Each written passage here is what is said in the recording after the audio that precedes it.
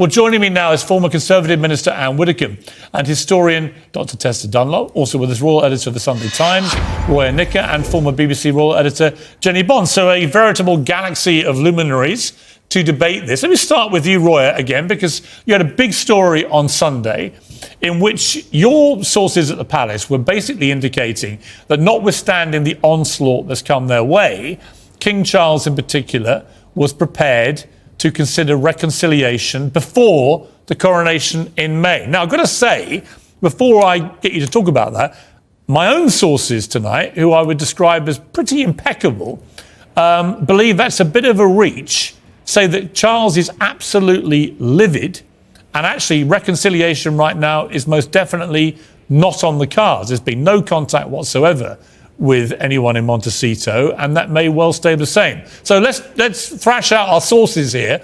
How confident are you that you think that Charles really does want to reconcile with somebody who's really shown that any attempt to do anything just immediately gets commercialised? Well, good evening, Piers. I think, sources aside, if you speak to people who really know the King, they will tell you that he absolutely does not want to be estranged from his son for the rest of his life. There is no doubt that Charles is livid. The whole royal family are pretty livid about what Harry has done. But we have a few months now, very, very crucial months, leading up to the coronation. And actually, one of the most extraordinary lines in that book was Harry's revelation that Charles said to him and William after Philip's funeral, "Please, boys, don't make the rest of my life a misery," which at the moment Harry is doing a very good job of. But what Charles will not want, really won't want, is estrangement from his son forever and any kind of major overshadowing of the coronation. And if there is nothing done, no contact at all between now and the coronation, I really do think we're going to keep hearing from Harry and Meghan in a very negative way. And Charles will want to avoid that. One of the biggest misconceptions about this entire debate is that it's simply about whether Prince Harry and Meghan deserve an invitation. In reality, the palace has always had to think several moves ahead. A coronation isn't just another royal ceremony. It's a constitutional event watched by hundreds of millions of people around the world. Every guest list, every seating arrangement, and every photograph becomes part of history. That means decisions are rarely made based on emotion alone. The challenge facing King Charles was unique. On one side was the personal reality of a father whose relationship with his younger son had visibly deteriorated. On the other was the responsibility of a monarch expected to put the institution before personal feelings. Throughout modern royal history, the monarchy has survived by projecting one consistent message: stability. Whenever family disagreements become the dominant headline, attention shifts away from the crown itself and onto individual personalities. That's exactly why this conversation became so significant. It wasn't only about Harry and Meghan attending an event. It was about who controlled the narrative surrounding one of the most important constitutional moments Britain had witnessed in generations. Supporters of an invitation argued that excluding Harry would create days of headlines questioning family division. The critics argued the opposite, that inviting him risked turning every camera toward the Sussexes instead of the King. In many ways, both sides feared the same outcome, that the coronation itself would become a secondary story. And that's something Buckingham Palace traditionally works very hard to avoid. But you know what my response would be? It's like, all right, keep yapping if you want to. You've done your worst. Honestly, keep yapping and just completely ignore them. Don't invite them to any royal events. I mean, Jenny Bond, why the hell should they be invited to a coronation? It's the people's coronation. It's our coronation for our monarch. All they've done, these two, is damage the monarchy, damage the reputation of that institution, damage their family, the royal family, on which the monarchy's future depends. What on earth have they done to deserve an invitation to a coronation? Where it's not just Charles, by the way. It's Camilla as well getting crowned, who Harry just trashed in his book. Yeah. Well, I think, this is the most important day probably in the whole of Charles's life. And if, as the loving father, which I believe him to be, he wants his younger son to be there, then I think that is his right and his privilege. And I think an invitation will be extended to them. I think to not invite them really is going to be feeding the hind that bites Charles. So it'd be wise to invite them. And if they do come, I think we, the media, actually should take it upon ourselves not to make it overshadow the coronation. I mean, we don't want to have screaming headlines about them. So I think we should just have a footnote at the bottom of our coverage of the coronation and say also in attendance were the Duke and Duchess of Sussex. I think that might be one approach. I'd like a footnote to drag them out if that eventuality. If we bring in Tessa Dunlop. Look, you are the great apologist for Meghan and Harry. Here's my question for you. Why would two people who hate everything the royals seem to stand for, hate the monarchy, are intent on destroying it, have done nothing but trash it and diminish it in the last 2 years, why on earth would they want to be at a coronation of the next monarch of this country?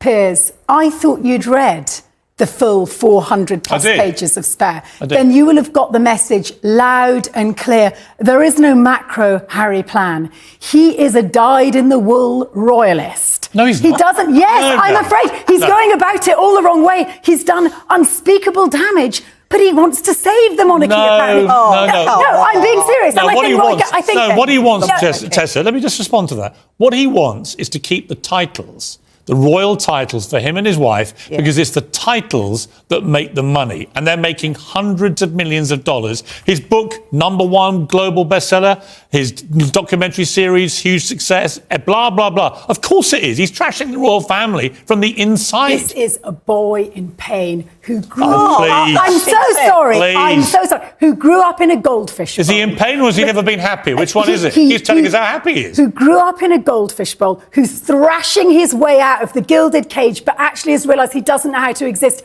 without the gilded cage. Oh, no, he does. I, incidentally, am no apologist for Harry. You are. But I do apologise on your behalf, because one minute you sit there, Piers, and you say, oh, they'll keep yapping away, they should be ignored.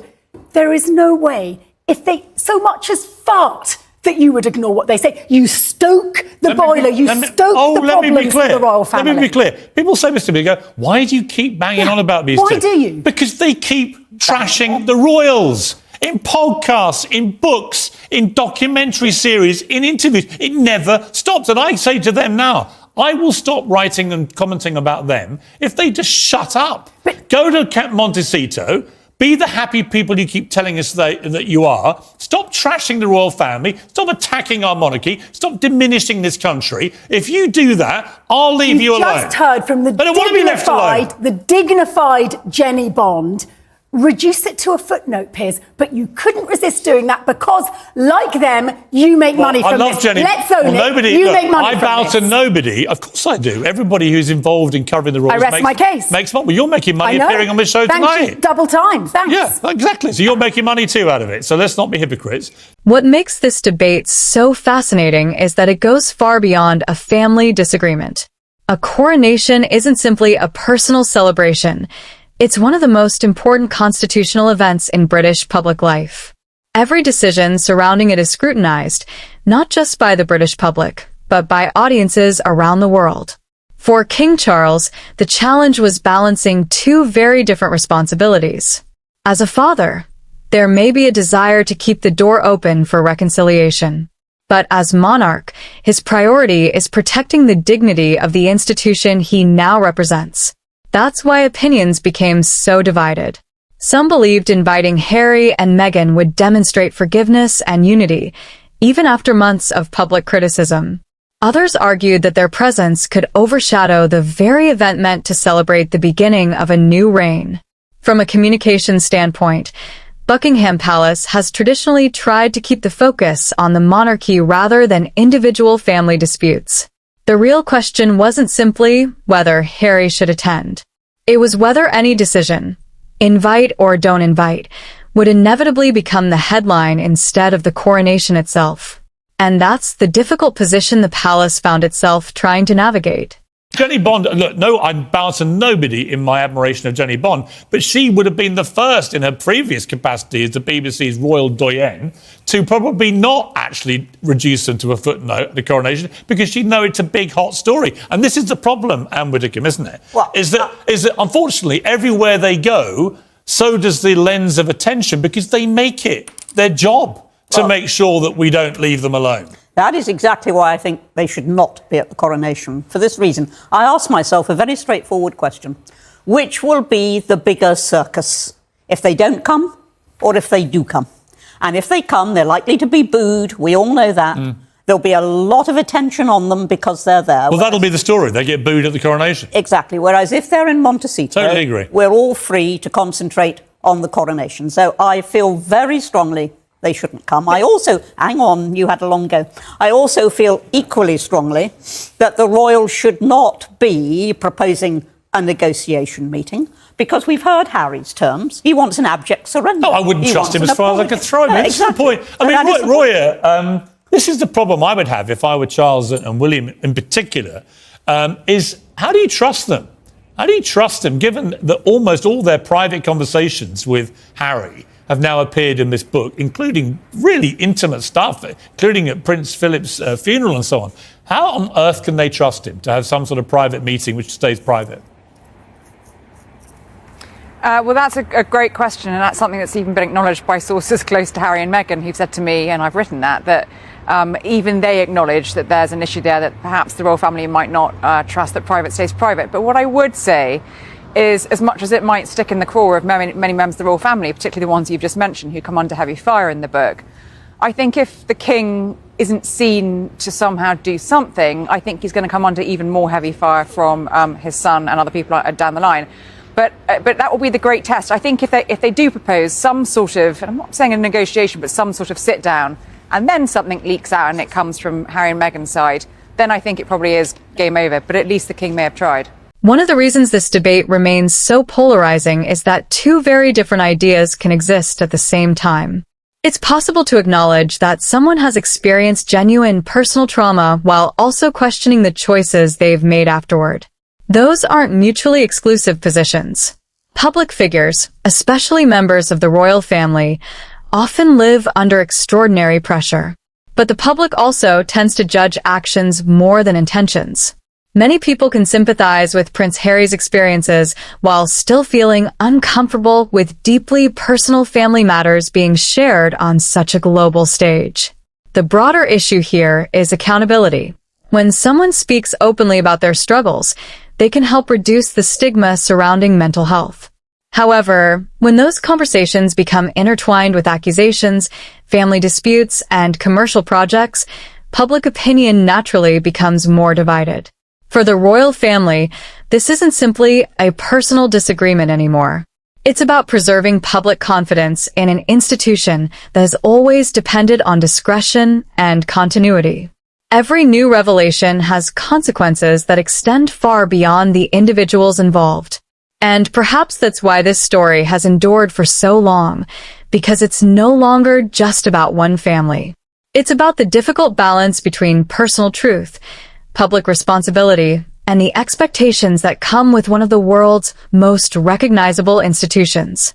Yeah, I mean, look, Jenny Bond, I feel incredibly sorry for Charles. He's lost both his parents in the space of 2 years. He's probably still mourning his mother, who just died a few months ago. He's taken on the monarchy. You know, he's our new monarch. He's about to be crowned the king of this great country. I mean, all these huge pressures, both personally and professionally. And then he's got his young son causing just total, endless, relentless mayhem. I mean, if that was one of my sons, I've said to them, I've got 3 boys in their 20s. I say, one of you does this to me and goes rogue like this, that's it, bang. There won't be any reconciliation parties. You're done. Well, you see, I don't think he wants to lose his son as well as having lost his parents. And I do think that Charles is quite a compassionate guy. And I think he would probably agree with me that what we're witnessing here is almost the unravelling of a youngish man who is so mentally fragile now and so confused. There are so many errors in the book and conflicted within himself and really suffering. And hang on, I agree Jenny, he's gone a bit loopy. He said some terrible things. No, all right, but Jenny, I think we should I'm sorry show to interrupt some you, but I want to pick you up on compassion. that thing about the mental health thing. I don't see somebody suffering or in pain. I see a smug little narcissist making a ton of cash, abusing and revealing secrets about his family. I don't see anyone fragile whatsoever. No, he's not. On the one hand, he says, I'm the happiest I've ever been. On the other hand, he wants us to believe he's a pain-struck young guy. He's not. He's nearly 40. He's had a long time to get over the pain that, by the way, millions of people have to go through, losing parents when they're young. It's not exclusive to him. His own brother went through exactly the same thing and doesn't seem to feel the need to trash his family in public. So I just don't really buy in, Jenny, to this, he's racked with pain and is so fragile. I think he doesn't give a damn about the damage to the mental health of all his relatives, and yet he's supposed to be the Prince of Mental Health. I think he is racked with pain. And in his book, I thought it was very, very moving when he said that went for a second lot of therapy.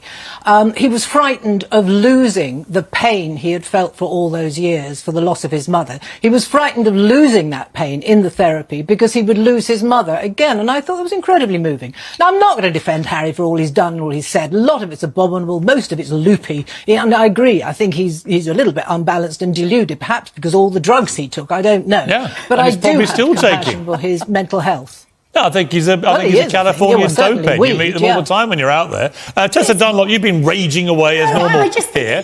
What have I said that's wrong? You are renowned for lacking empathy. I won't use... I've got plenty of empathy. What? No, I'm so sorry, he's renowned for it. I'm not renowned for it. I'm not renowned for it. No, I actually have a lot of empathy for the right people. Actually, and my entire career, I've actually shown empathy. I show empathy for people who deserve it. Harry is not deserving of my empathy. In your opinion, he has zero empathy for anybody else that he's trashing. As somebody who has watched Harry from birth through the death of his mother, you don't have a shred of empathy for his peculiar lifestyle that's trained him for nothing. That's left him with dump loads of expectations and shed loads of pain. Did you not go to prep school? No, I think he's... Imagine going to prep school in your mum's steamrolled bed. Actually, I went to prep school until I was 13, actually. And then I went to a state school. Now imagine you're... Then I went to a state school, and actually, what he should have done is go to a state school. And you're grimacing.